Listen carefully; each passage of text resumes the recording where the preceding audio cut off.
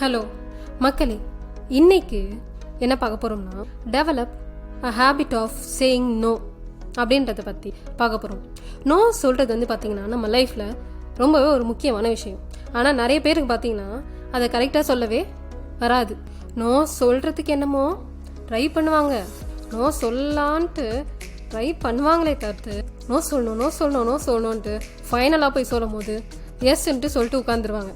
First of all எதுக்கு வந்து no சொல்லணும்னா, நீங்கள் உங்களை மதிக்கிறீங்க அப்படின்றதுக்கும் மற்றவங்க உங்களை எப்படி ட்ரீட் பண்ணணும், அவங்க எப்படி வந்து உங்களை ரெஸ்பெக்ட் பண்ணணும் அப்படின்றதுக்காகவும் மெயினாக நோ சொல்ல ஆரம்பிக்கணும். ஃபஸ்ட்டு எதனால் நம்ம வந்து நோ சொல்ல விரும்புறது இல்லைன்னா, நிறைய பேர் நம்மள மற்றவங்களுக்கு நம்மளை பிடிக்கணும் அப்படின்ட்டு ஒரு காரணம் சொல்லலாம். இல்லைனா மற்றவங்களோட ஃபீலிங்ஸை வந்து நம்ம ஹர்ட் பண்ணக்கூடாது, அவங்கள கஷ்டப்படுத்தக்கூடாது நோ சொல்லி அப்படின்றதுக்காக இருக்கலாம். இதுதான் மெஜாரிட்டி பண்ணுறது எனக்கு தெரிஞ்சு. ஒருவேளை நம்ம இப்போ நோ சொல்லிட்டோன்னா, நம்ம அவங்ககிட்ட எதனா கேட்கும் போது அவங்க நோ சொல்லிட்டாங்கன்னா அப்படின்ற ஒரு பீதியில் கூட சில பேர் சொல்லுவாங்க. இன்னும் சில பேர் பார்த்தீங்கன்னா எப்படியோ கஷ்டப்பட்டு நோ சொல்லிடுவாங்க. சொல்லிட்டாலும் அதையே யோசிச்சு அவங்களுக்கு கில்ட்டி ஃபீலிங் வந்துடும். ஐயோ இவங்களுக்கு வந்து நோ சொல்லிட்டோமே, சொல்லியிருக்கக்கூடாதோ, எஸ் சொல்லியிருக்கணுமோ அப்படின்ட்டு நோ சொல்லிட்டு வருத்தப்படுவாங்க. அதனாலே என்ன பண்ணுவாங்க, போன வாட்டியே நோ சொல்லிட்டு கில்ட்டியாக ஃபீல் பண்ணிட்டு இருந்தோம், அடுத்த வாட்டி கேட்கும் போது நோலாம் சொல்லக்கூடாதுன்னு சொல்லிட்டு அதுக்கு அடுத்த வாட்டிலேருந்து பழையபடி எஸ் சொல்ல ஆரம்பிச்சிருவாங்க. ஏன்னா அவங்களுக்கு தான் கில்ட்டியாக ஃபீல் ஆகுதுல்ல. ஃபஸ்ட்டு நீங்கள் நோ சொல்கிறது மூலயமா நான் எனக்கு முக்கியம், என்னோட டைம் எனக்கு முக்கியம், நான் வந்து என்ன ப்ரையாரிட்டைஸ் பண்ணுறேன் அப்படின்ட்டு உங்களுக்கே நீங்கள் ரெஸ்பெக்ட் பண்ணுறீங்க. அது மட்டும் இல்லாமல் நீங்கள் மற்றவங்கக்கிட்ட நோ சொல்லும் போது உங்களுக்கு முடிகிற டைமில் நீங்கள் எஸ் சொல்லிவிட்டு ஹெல்ப் பண்ணிட்டு போயிடலாம், ஓகே, பிரச்சனை கிடையாது. ஆனால் முடியாதப்போ நோ சொல்லித்தானே ஆகணும். நம்ம வந்து திருப்பி நமக்கு ஒரு விஷயம் தெரியும், நம்ம பிஸின்னு தெரியும், ஆனாலும் ஒருத்தவங்க வந்து நம்மக்கிட்ட ஹெல்ப் கேட்குறாங்கன்னு வச்சுப்போம், நம்ம உடனே வந்து நோ சொல்லணும்னு நினைப்போம், ஆனால் எஸ் சொல்லிடுவோம். இப்படி பண்ணும்போது என்ன ஆகும்னா, நீங்கள் நோவே சொல்லாமல் வரும் எஸ்ஸே சொல்லிட்டு இருந்தீங்கன்னா, நீங்கள் ஒருத்த பர்சனுக்கு ஹெல்ப் பண்ணுறீங்க பார்த்தீங்களா, அவங்களுக்கு மைண்ட் செட்டில் நீங்களே பழக்கி விட்டுறீங்க. ஏன்னான்ட்டு நீ எப்போ வந்து ஹெல்ப் கேட்டாலும் நான் நோ சொல்ல மாட்டேன், நீ எதை கேட்டாலும் நான் பண்ணி கொடுப்பேன், நோ சொல்லாமல் நான் ஹெல்ப் பண்ணுவேன்ப்பா அப்படின்ட்டு அவங்க மனசில் பதிஞ்சிரும். அதை சில பேர் வந்து பார்த்தீங்கன்னா அதே அட்வான்டேஜாக எடுத்துகிட்டு யூஸ் பண்ண ஆரம்பிச்சிருவாங்க. என்னன்ட்டு நீங்கள் உங்கள் டைம் ஸ்பெண்ட் பண்ணி ஹெல்ப் பண்ணுறது தெரியாது. அவங்க எப்படி யோசிப்பாங்கன்னா, அவங்களுக்கு மட்டும் இல்லை மற்றவங்களுக்கு கூட ரெக்கமெண்ட் பண்ண ஆரம்பிப்பாங்க. என்னன்ட்டு ஹெல்ப் தானே, உனக்கு எதுனா ஹெல்ப் வேணுமா, இதோ அவங்க ஒரு பர்சன் இருப்பாங்க பாரு, அவங்ககிட்ட போய் கேளு, எல்லாத்துக்கும் எஸ் சொல்லுவாங்க, நீ எந்த ஹெல்ப் கேட்டாலும் டான்னு பண்ணி கொடுப்பாங்க அப்படின்ட்டு நம்ம மேலே ஒரு மரியாதை குறையுது பார்க்குறீங்களா. ஸோ அதனால தான் சொல்கிறேன், நம்மளை மதிக்கணும், ஃபஸ்ட் ப்ரையாரிட்டைஸ் கொடுக்கணும். அதே மாதிரி நோ சொல்ல வேண்டிய டைமில் பார்த்தீங்கன்னா நோ சொல்லணும். இது நம்ம மற்றவங்களுக்கு நம்மளை எப்படி ட்ரீட் பண்ணணும்னு ஒரு சொல்லித்தர விஷயம், இன்டைரக்டாக, புரியுதுங்களா. ஒருத்தவங்க ஹெல்ப் கேட்குறாங்கன்னு வச்சுக்கோங்க, இப்படி ட்ரை பண்ணுங்கள். ஒருவேளை நீங்கள் வந்து பிஸியாக இருக்கலாம் அவங்க கேட்குற டைம் அப்போது அப்படின்னு தெரிகிறப்போ, உங்களுக்கு உடனே நோ சொல்ல விருப்பம் இல்லை அப்படின்றப்போ அவங்ககிட்ட கொஞ்சம் டைம் கேளுங்க. எனக்கு ஒரு 1 day இல்லை 2 days கொடுங்க, நான் வந்து ஸ்கெடியூல் வந்து பார்த்துட்டு உங்களுக்கு சொல்கிறேன், ரிப்ளை பண்ணுறேன் அப்படின்ட்டு கொஞ்சம் டைம் கேட்டுக்கோங்க. இது வந்து வழக்கம் போலன்னு தான் சொல்கிறேன்னு நினச்சிக்காது, இதுவும் எடுத்த உடனே வரப்போகிறது கிடையாது, ப்ராக்டிஸ் பண்ண தான் வரும். உங்களுக்கு வந்து நோன்ட்டு கன்ஃபார்மாக அந்த விஷயத்துக்கு தெரியுது. ஸோ தயங்காமல் நோ சொல்லுங்கள். அந்த பர்சன் வந்து ஒருவேளை நீங்கள் ஒருத்தவங்களுக்கு பழக்கம் பண்ணி விட்டுருந்தீங்கன்னு வச்சுக்கோங்களேன், நோவே சொல்லாமல் எஸ்ஸே சொல்லிவிட்டு அவங்க வந்து ட்ரை பண்ண பார்ப்பாங்க அவங்கள எஸ் சொல்ல வைக்கிறதுக்கு, ஏதோ சாக்கு புக்கு சொல்லுவாங்க, உன்னால் முடியாதாப்பா, உனக்கு டைம் இல்லாமையாப்பா, உனக்கெல்லாம் இதெல்லாம் தூசி மாதிரி சொல்லிட்டு ஏதோ ஒன்று சொல்லி கிளப்பி விடுவாங்க. அடித்து கூட கேட்பாங்க, அப்பையும் சொல்லக்கூடாது, எஸ்ஸு நோ தான் சொல்லணும். ஏன்னா நம்ம தான் மைண்ட் செட்டில் பழக்கி வச்சுருக்கோம், புரியுதுங்களா.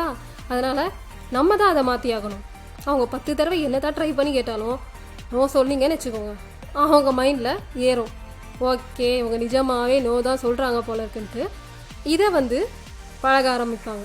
Next majority of the time வந்து மற்றவங்களை ஹர்ட் பண்ணக்கூடாதுன்னு தான் எஸ் வந்து சொல்கிறீங்க. நீங்கள் யோசிச்சு பாருங்களேன், எத்தனை பேரை வந்து நீங்கள் ஹர்ட் பண்ணாமல் இருக்க முடியும், கேட்குறவங்க எல்லாருக்கும் உங்களால் ஹெல்ப் பண்ண முடியுமா.